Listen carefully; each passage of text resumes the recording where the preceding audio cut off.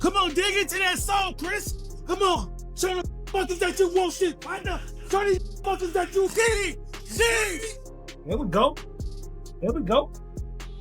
There we go. Make them combinations fast. Come on. Trust in your speed, son.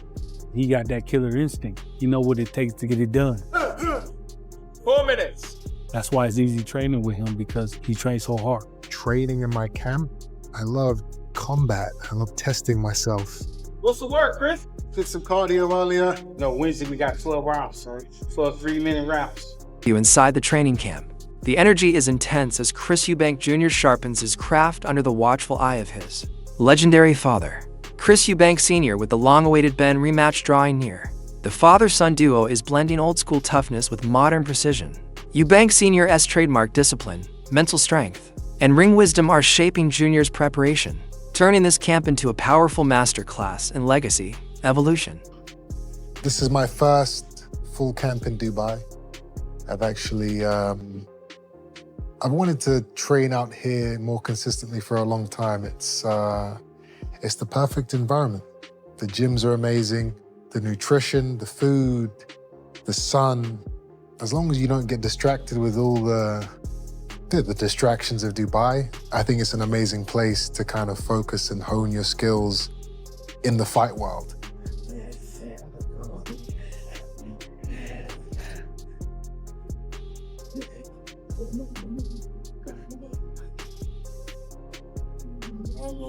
No. Beautiful. Beautiful. Work the roll. The rematch between Chris Eubank Jr. and Conor Benn Showdown. The atmosphere inside Eubank's camp remains electric. Their first showdown at Tottenham Hotspur Stadium in April 2025 ended with Eubank Jr. earning a unanimous decision after a brutal 12-round battle, setting the stage for an even bigger and more intense second chapter. Fight and find his range, but find his range he did. They just exchanged the rounds one by one. Eventually, Conor Benn looked like he was slowing down, but he found a second wind and managed to take it back to Chris Eubank Jr., particularly just with really aggressive punches. Chris Eubank Jr. working the body, Conor Benn trying to find that knockout punch.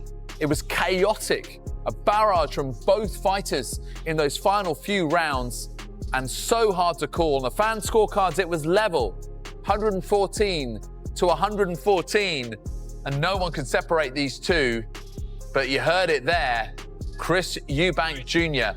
wins, and not only does that on unanimous decision, but does it to inflict Conor Benn's first ever. Eubank Jr. connected with 367 of 912 punches, while Benn landed 215 of 593, according to CompuBox stats. Despite being the older and more physically drained fighter, Eubank Jr. prevailed. However, the extreme weight cut and dehydration issues raised serious concerns. He missed weight by 0.05 pounds, paid a fine, and was hospitalized for precaution after the fight. Now entering the rematch as the favorite, Eubank Jr. plans to close the show decisively. Meanwhile, his father, Chris Eubank Sr., remains both proud and cautious, reuniting with his son while still publicly questioning whether this second fight should repeat the dangerous conditions of the first. They put a rehydration clause in. They fined him some £500,000 for coming in, 2 ounces over the weight. It was reported to me by Lawrence Lustig, who is a very famous photographer. Junior wasn't even sweating at the end of the fight. Dehydration. These rules are in place to save my son, to save the lives of fighters. Unfortunately, the reporters, the journalists are not doing their job. They're not holding them to account. Gareth Davis, do your job. Simon Jordan, you speak on boxing, do your job. You are not credible if you let these things happen. What you are is a jester. As I said after the fight, Conor Benn is an extraordinary fighter. Fighting at 156 or fighting a fighter at 160, he doesn't get back down to 147.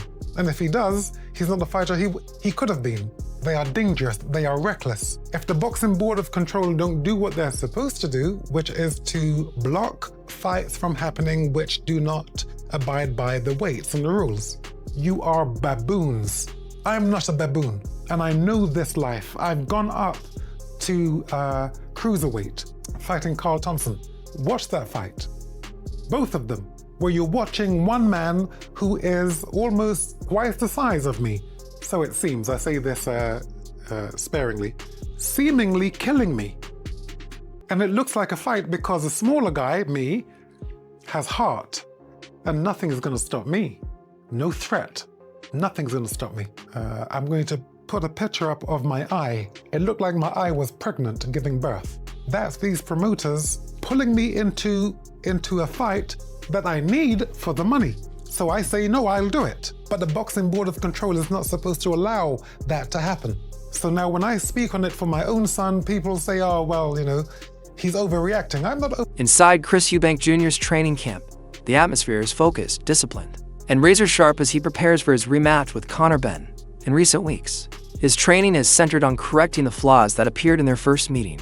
Eubank admitted that the victory owed as much to his experience and mental strength as it did to physical ability, and now he intends to transform that advantage into a more dominant and conclusive performance. That session involved and the benefits for him. We call that the Xbox. 6 different stations. You got 3 coaches. You got 3 different obstacles to push you as far as your power shots, your speed, your slipping, your rhythm, your sprints, your endurance on throwing your power shots and stepping over.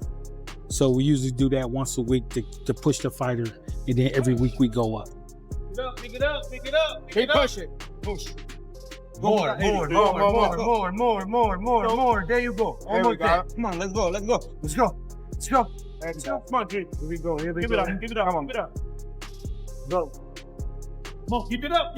Eubank Jr. is training in Dubai, far from distractions and fully immersed in long sparring sessions and intense conditioning drills. He confirmed that while his father, Chris Eubank Sr., will be in his corner for emotional support, he will not be directing the camp. A sparring partner revealed that Eubank often trains in 4-minute rounds with only 30-second breaks demanding. Routine designed not only to boost endurance, but also to sharpen tactical awareness under heavy fatigue. Full camp in Dubai. I've actually, I've wanted to train out here more consistently for a long time. It's the perfect environment. The gyms are amazing, the nutrition, the food, the sun. As long as you don't get distracted with all the distractions of Dubai, I think it's an amazing place to kind of focus. Junior has reunited with veteran trainer Brian Bomack. McIntyre, the same coach who guided Terrence Crawford to undisputed glory, signaling that Eubank Jr. isn't just looking to repeat his previous win, but to dominate the rematch. McIntyre stated confidently he already got his number. He praised Eubank Jr.'s mindset and relentless work ethic, noting that this camp, unlike previous ones, is marked by absolute commitment, discipline, and a hunger to make a definitive statement on fight night. You just keep grinding, to the next fight. Did you get to make it back over for the victory parade? Yes, or definitely we had to come back for the parade. That was beautiful what the city did for Bud. how was that? Yeah, because we've even seen other fights before where there's been a great turnout, but this looked like a whole new level. And so right, it should have been. I can imagine it was probably close to 1 million people there, I would think. Man, it was beautiful. It was beautiful. Crawford's obviously enjoying some well-deserved time off, but has he spoken to you any more about what kind of next steps would be for him, what he wants? No, not yet. We talked a little bit yesterday, but we didn't discuss anything about boxing. So we just making sure, I was checking with him, making sure the gym was going good, the kids was getting a good workout, and we're putting on another show for our up-and-coming fighters. So, he's working on that, and while I'm working with Chris.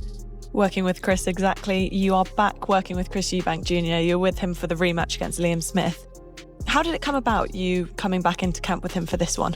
Well, while we was finishing up with Crawford, Chris's guys, they hit me up maybe a month out and asked me would I be, interested. I told them, of course, right away, because, I felt like that me and Chris got a good repertoire together and got a good relationship, and we come out with good results. Putting a bag on Conor Benn, and here's why. I believe we've seen this type of fight before. The similarities are unreal. 2008. A 29-year-old Manny Pacquiao faced a 35-year-old Oscar De La Hoya. Oscar De La Hoya was the favorite in that fight against Manny Pacquiao because not only was Oscar De La Hoya an experienced and fantastic fighter, he was just naturally the bigger man, and they thought Manny Pacquiao was insane. Chris Eubank Jr., as the bigger man and skilled fighter, people are seeing him as the favorite. And me too, I am predicting a Chris Eubank Jr. win. But where I'm going to put my money is going to be on Conor Benn, because of the history, the similarities of what we saw in 2008 with Manny Pacquiao and Oscar De La Hoya. No, Conor Benn is no Manny Pacquiao, but don't get it confused. Chris Eubank Jr. is definitely